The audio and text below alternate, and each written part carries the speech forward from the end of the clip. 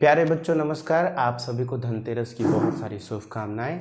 माँ लक्ष्मी, माँ सरस्वती आपके जीवन में विद्या का बहुत सारा धन दौलत दे और आप जीवन में बहुत आगे बढ़े।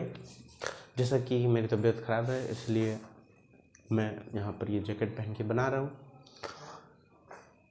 तो यहाँ पर देखते हैं, हमने एक क्लास 10th का लीनियर इक्वेशन जो चैप्टर है हम यहाँ पर उठाए हैं सवाल को। ध्यान से देखिएगा। कहता है from the pairs of the linear equation, कि जो रैखिक समीकरण का जो जोड़ा है उसमें से आपको कुछ प्रॉब्लम्स दिए गए हैं, कुछ सवाल दिए गए हैं, हमको उसका सॉल्यूशन ढूंढना है। ठीक है। बेसिकली फर्स्ट नंबर सवाल कहता है 10 student of the class 10 took the parts in the mathematics quiz, कि क्लास 10 के 10 बच्चों ने मैथमेटिक्स का क्यूज में पार्ट्स लिया। ठीक है। If the number of the girls is 4 more than the number of boys, find the number of boys and the girls who took part in the quiz. ठीक है। यहाँ पर क्या है कि कह रहा है कि if the number of girls is 4 more than the number of boys, कि जो लड़कियों की संख्या है ना वो लड़कों की संख्या से 4 गुना अधिक है, 4 अधिक है। तो find the number of boys and the girls who took part in the quiz. तो जैसा कि आपको पता है कि जब हमारा कोई भी नंबर नहीं दिया रहता है तो हम मानते हैं x। तो सब बच्चों को मिला करके एक स्टूडेंट जो है, एक x है एक y है, दोनों को मिला करके 10 बन रहे हैं। ठीक है। यहाँ पर मतलब कि लड़कों की संख्या x है और लड़कियों की संख्या y है और सबको मिला करके क्या बन रहा है, यहाँ पर 10 बच्चे बन रहे हैं। तो इसीलिए हमने इक्वेशन लिखा कि माना की संख्या x और y है तो x प्लस y बराबर कुल बच्चों की जो संख्या होगी वो 10 होगी जी। ठीक है। अब कहता है ये लाइन पढ़िएगा कि 4 जो है 4 ज़्यादा है, 4 ज़्यादा संख्या है हमारे गर्ल्स का बॉयज़ के कंपेयर में। ठीक है।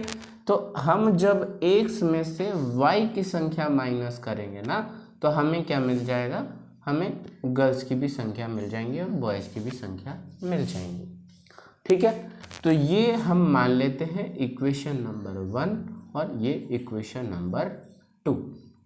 समझ में आ गया बात कैसे किया मैंने। हम सबसे पहले यहाँ पर बनाते हैं इक्वेशन को। तो बच्चे जो होंगे क्लास में सिर्फ लड़के ही थोड़ी होंगे, यहाँ पर लड़कियाँ भी होंगी। तो हमने लड़कों को x मान लिया, लड़कियों को y मान लिया। ठीक है। आप यहाँ पे कुछ भी मान सकते हैं पर ये थोड़ा फेमस है इसलिए हमने इसको माना है x प्लस y। तो लड़के और लड़कियों को मिलाकर के टोटल बच्चों की जो संख्या है वो 10 है और यही 10 बच्चे यहाँ पर पार्टिसिपेट किए हुए हैं। ठीक है। ये हमने बनाया कि जब टोटल संख्या में से बॉयज की संख्या में से गर्ल्स की संख्या को हम माइनस करेंगे तो 4 अधिक आएगा, इसीलिए हमने यहाँ पर x माइनस 4 किया है। ठीक है। यानी लड़कियों की संख्या कितनी है, क्योंकि ये 4 अधिक है इसीलिए हमने यहाँ पर ये इक्वेशन बनाया है और ये इक्वेशन नंबर 1 बन गया और ये इक्वेशन नंबर हमारा 2 बन गया जी। ठीक है। नेक्स्ट जो प्रोसेस होता है, हिंदी मीडियम वाले बच्चे जो हैं वो बता पाएंगे, इंग्लिश वाले भी बता पाएंगे। विस्थापन विधि, आप यहाँ पे 2 विधि यूज कर सकते हैं, विलोपन विधि और विस्थापन विधि। तो हम यहाँ पर विस्थापन विधि का यूज करेंगे जिसमें हम सबसे पहले x का वैल्यू निकालते हैं। तो x का वैल्यू निकालने के लिए हम इक्वेशन नंबर 1 को फर्स्ट में रखते हैं। तो x बराबर क्या हो जाएगा, 10 इधर रहेगा। या आप जो y देख रहे हैं बराबर के दूसरे साइड यानी इक्वल टू को दूसरे साइड जाने के बाद ये माइनस में अपना जो है साइन को चेंज कर लेता है। तो यहाँ देख सकते हैं इसके आगे प्लस लगा है तो यहाँ पर क्या हो जाएगा, y हो जाएगा। ठीक है। तो ये इक्वेशन नंबर क्या बन गया, हमारा 3rd बन गया। ठीक है। अब x का वैल्यू यहाँ पर हम लिख देंगे समीकरण 3rd को, समीकरण यानी हम लिखेंगे, सॉरी हिंदी में लिख दे रहा हूँ, यहाँ पर हम लोग यूज़ करेंगे यूज्ड इन इक्वेशन नंबर 2। हम इसको कहाँ यूज़ करेंगे, यूज इन इक्वेशन नंबर 2।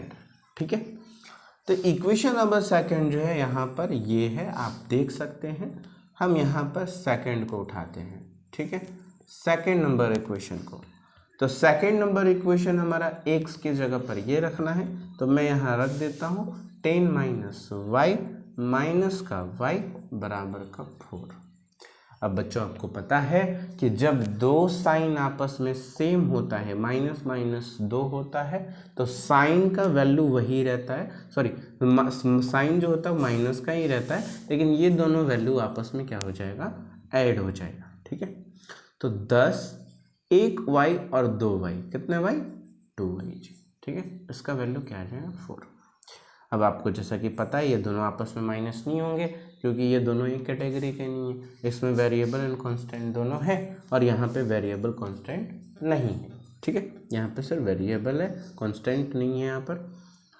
यहाँ पर देख सकते हैं तो 2y बराबर क्या हो जाएगा, यहाँ पर ये उधर फिर से जाएगा या आप इसको इधर लेके आएंगे तो यहाँ पर हो जाएगा 10 माइनस y बराबर का 2y। ठीक है, 10 माइनस का y बराबर का 10 माइनस का 4 बराबर का 2y।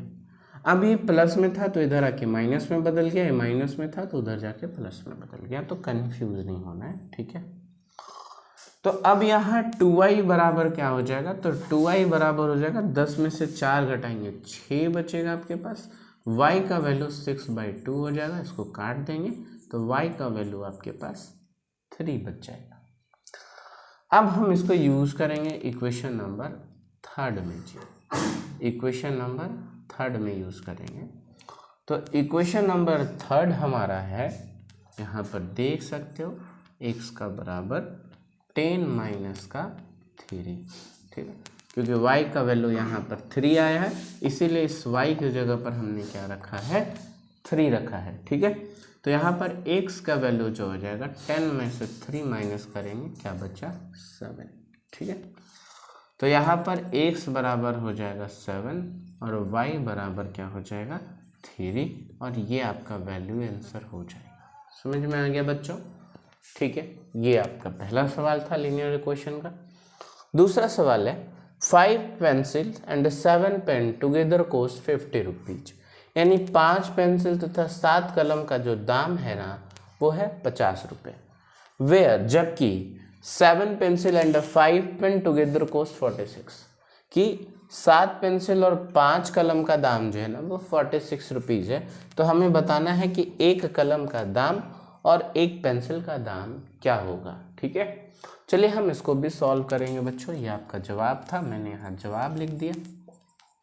आशा करता हूँ कि आपको ये स्टेप अच्छे से समझ में आई होगी। चलिए हम सेकंड स्टेप की तरफ देखते हैं। तो मैंने सबसे पहले आपको बताया है कि कोई भी सवाल में हम सबसे पहले इक्वेशन ढूंढने का काम करते हैं, इक्वेशन बनाने का काम करते हैं। ठीक है, तो इसमें भी क्या करेंगे, पेंसिल को मानेंगे x, पेन को मानेंगे y, और ये टोटल बराबर है तो टोटल बराबर हो जाएगा।